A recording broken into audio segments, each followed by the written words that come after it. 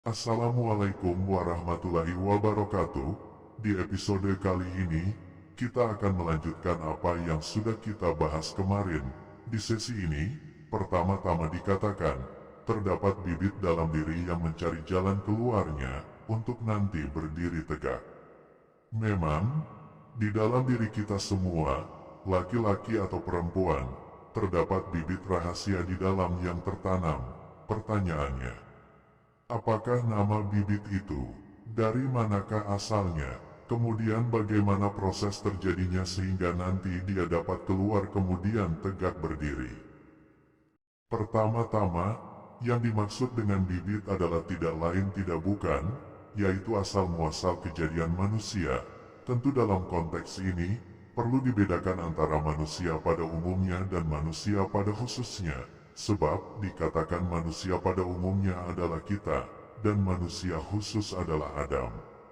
Dijelaskan oleh Al-Quran, bahwa penciptaan Adam adalah dari tanah. Kemudian Allah berfirman kun fayakun, maka jadilah cikal bakal manusia di bumi kelak. Namun untuk diketahui atau diingat bahwa Allah menjelaskan dalam surat Ali Imran ayat 59, yang artinya, sesungguhnya perumpamaan penciptaan Isa bagi Allah seperti penciptaan Adam. Dia menciptakannya dari tanah, kemudian dia berkata kepadanya, jadilah. Maka jadilah sesuatu itu. Dalam konteks ini, dijelaskan bahwasanya Nabi Adam tanpa bapak tanpa ibu, Allah berkeinginan, maka keinginan Allah terjadi, terciptalah Adam, begitu pula dengan Nabi Isa, di mana lahir dari ibu yang tak pernah disentuh sedikitpun oleh seorang laki-laki, dengan bahasa lain tanpa proses perkawinan. Tentu kita akan berkata, siapa yang mampu menentang keinginan Allah yang menjadi raja di atas raja, saat dia berkeinginan, entah itu melalui proses normal ataupun tidak normal, bahkan sekalipun tanpa proses, tetap akan tercipta. Disitulah keyakinan kita melihat kekuasaan, kebesaran, kehebatan Allah sebagai Tuhan kita, sebab dia memiliki tiga sifat dalam menciptakan. Pertama adalah wajib, kedua mustahil dan ketiga adalah jais. Dan dalam konteks inilah sifat jais atau hak Allah ingin seperti apa, ditunjukkan kepada kita sebagai ciptaan. Selanjutnya kita bicarakan penciptaan Siti Hawa sebagai manusia kedua diciptakan. Dalam Al-Quran tidak ada penjelasan spesifik tentang penciptaan Hawa, namun di dalam Al-Quran surat An-Nisa ayat 1, Allah berfirman, hai sekalian manusia, bertakwalah kepada Tuhanmu, yang telah menciptakan kamu dari seorang diri, dan daripadanya Allah menciptakan istrinya, dan daripada keduanya Allah memperkembangbiakkan laki-laki dan perempuan yang banyak. Dan bertakwalah kepada Allah yang dengan namanya kamu saling meminta satu sama lain, dan peliharalah hubungan silaturahim, sesungguhnya Allah selalu menjaga dan mengawasi kamu. Maksud dari ayat ini sangatlah luar biasa dan jelas. Mari kita bahas ayat ini. Dikatakan takutlah kita kepada Allah, yang mampu menciptakan kita dari seorang diri, artinya dari Adam kemudian menciptakan istrinya Hawa yang berasal dari diri Adam sendiri. Maka wajiblah tanpa tekanan kita takut kepada Allah, yang mampu menciptakan sedemikian hebatnya. Jangan takut kepada selain daripadanya. Dalam zaman ini sangatlah jelas, banyak dari kita lebih takut atasan, takut teman, takut kepada yang lain-lain, yang tidak memiliki kehebatan, kekuasaan, dan kemampuan sedikitpun. Tapi itulah kita di akhir zaman ini, mengetahui tapi tak mau tahu, mendengar tapi tak melaksanakan. Kabar telah datang, bahkan telah disampaikan oleh orang-orang alim, tuan-tuan guru, ustadz, dalam dakwah atau pengajian, tapi kembali lagi, kita hanya menggugurkan kewajiban sebagai pendengar. Lalu sambungan ayatnya mengatakan, dan daripada keduanya, Allah memperkembangbiakkan laki-laki dan perempuan yang banyak.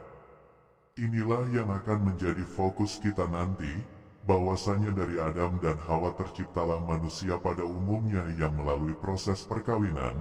Fokus kita adalah, bagaimanakah prosesnya sehingga lahirlah manusia ketiga. inilah yang menjadi proses penciptaan manusia pada umumnya. Dalam hal ini, kita manusia selain Adam dan Hawa.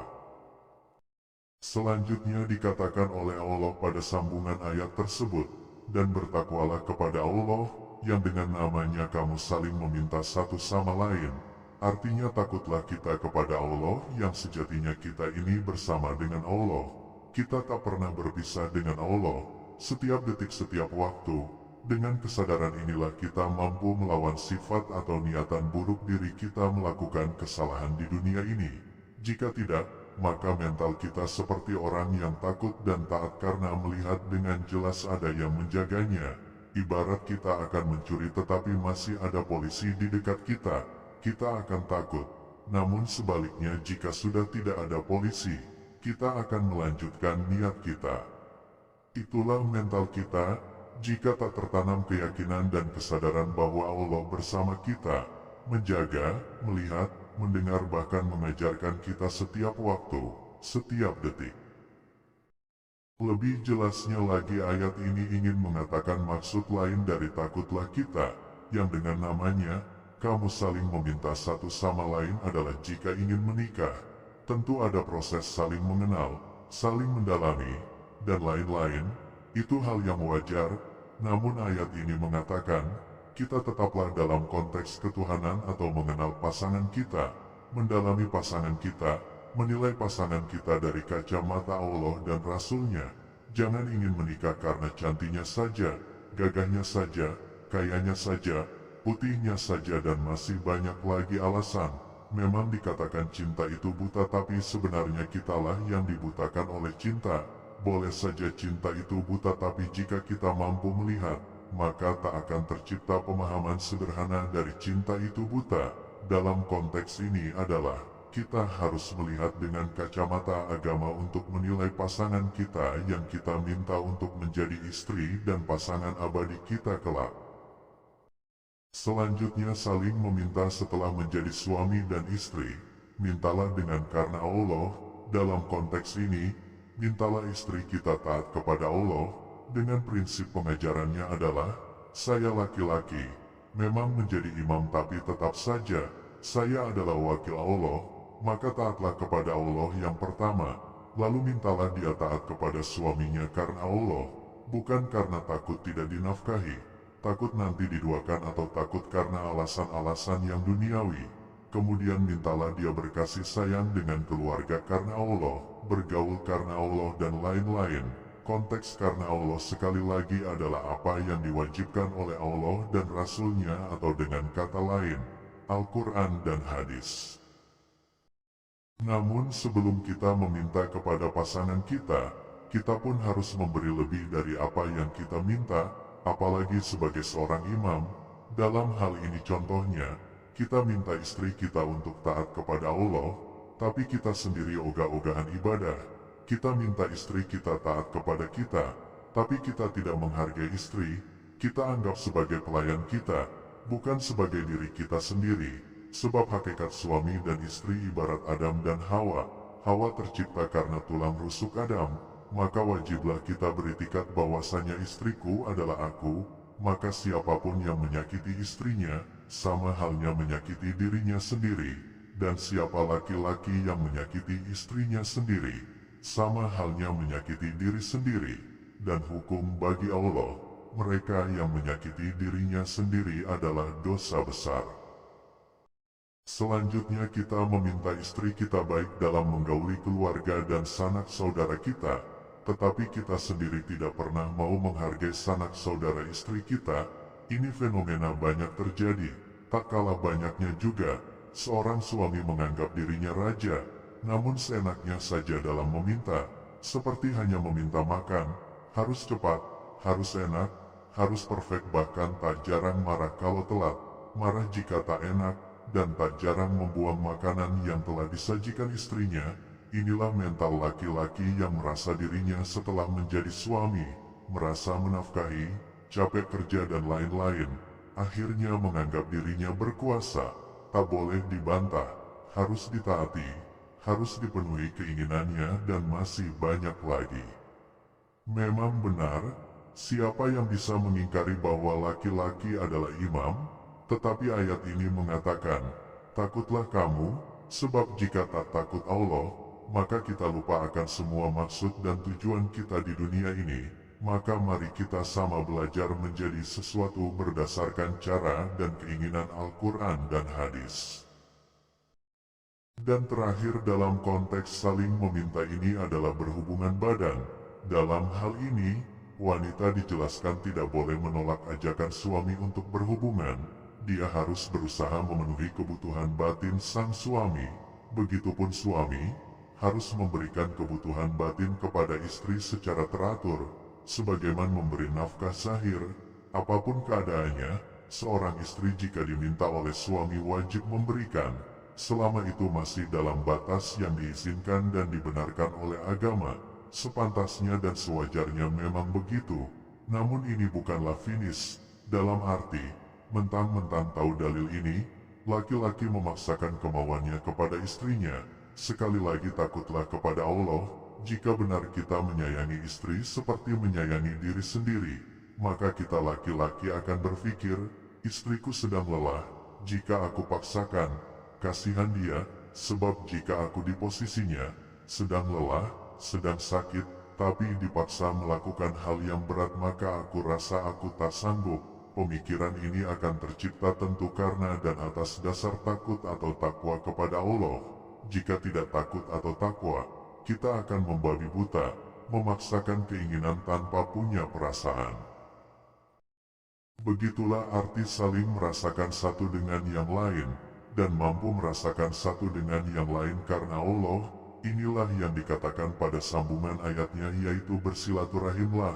Untuk diketahui, silaturahmi adalah bertemunya satu atau sekelompok manusia dengan manusia lain dengan tujuan karena Allah. Sedangkan silaturahim adalah tidak bertemu, tidak berdekatan, namun mampu merasakan keadaan satu dengan yang lain. Lalu timbullah perbuatan dari silaturahim ini, yaitu saling menyayangi dan mencintai walau berjarak.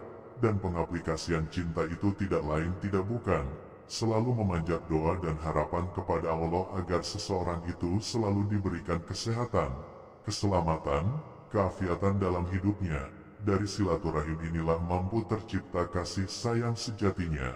Sebab silaturahmi menciptakan kedekatan namun belum tentu menciptakan rasa.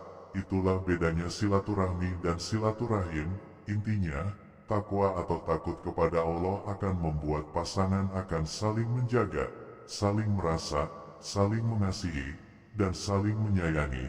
Inilah konsep terbaik dalam hubungan suami istri. Kini kita kembali ke fokus kita, masalah pernyataan ada bibit di dalam diri manusia. Bagaimanakah caranya keluar, lalu berdiri tegak? Sebelumnya sudah kita bahas asal penciptaan Adam dan Hawa sebagai manusia terpilih untuk mengembangbiakkan atau cikal bakal manusia yang sampai akhir zaman nantinya. Lalu sekarang dari Adam dan Hawa ini terjadinya awal dan proses manusia pada umumnya. Pertama-tama, satu ayat menjadi awal pembicaraan ini, yaitu Yahruju mim baini sulbi wa toraib. Arti ayat ini adalah yang keluar dari antara tulang sulbi laki-laki dan tulang dada perempuan. Banyak kajian atau pemaknaan dan tafsiran dari ayat ini, tetapi yang jelas ayat ini memiliki arti. Air mani ini dikeluarkan dari tengah antara dua pantat laki-laki atau tulang pinggang atau sum-sum laki-laki, sehingga saat orgasme laki-laki, yang terasa adalah di pinggang, dan dari tulang dada perempuan. Etaraib, bengkna tempat anting-anting dada perempuan bentuk jamak dari tarbiyatun, atau puting dada perempuan. Maka saat orgasme wanita akan terasa di tempat tersebut. Dengan kata lain, air laki-laki dan perempuan sama-sama keluar, hanya asal keluarnya inilah yang berbeda, kemudian bersatu kedua air ini di dalam rahim.